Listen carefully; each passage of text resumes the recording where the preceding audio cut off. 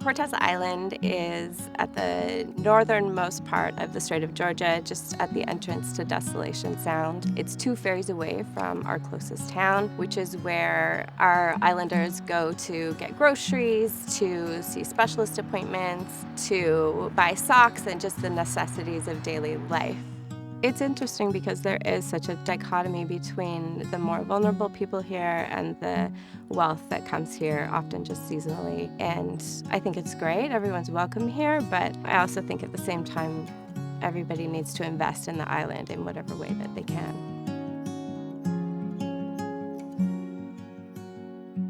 The Cortes Community Health Association operates our local medical clinic, so the only full-time medical clinic on the island. And then it also has a program branch, which is where I run the family services program. The Health Association is just one of a number of organizations on the island which create just an amazing social fabric and make this island the amazing place that it is.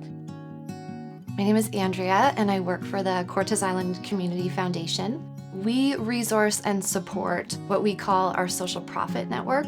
Cortes is a very small island that doesn't have a lot of government support for essential services, and we have around 30 nonprofit organizations here doing that work for our community.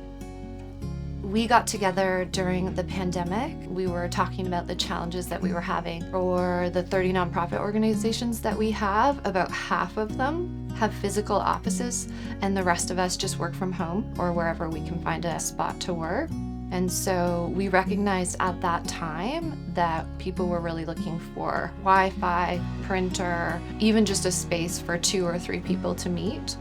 And so the idea of the pod blossomed from that.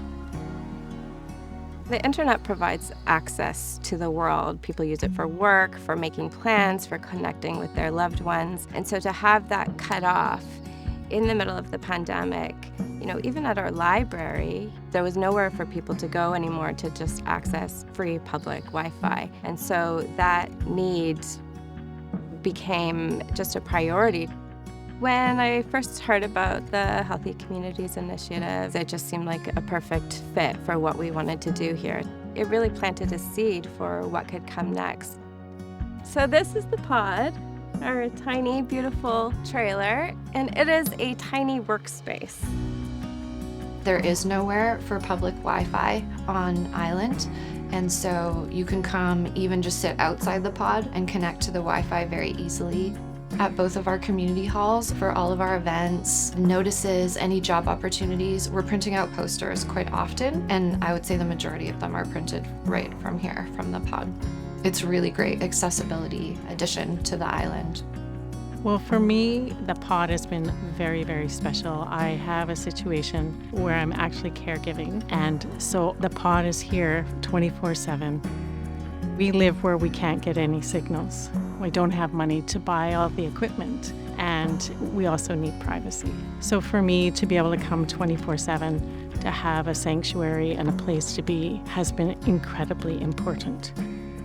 We were able to bring in a little bit more infrastructure like market tents and tables, and that's launched a business for a stay-at-home mom with 3 kids. So now that we're on this land, there are so many plans in place for growing it and making it better.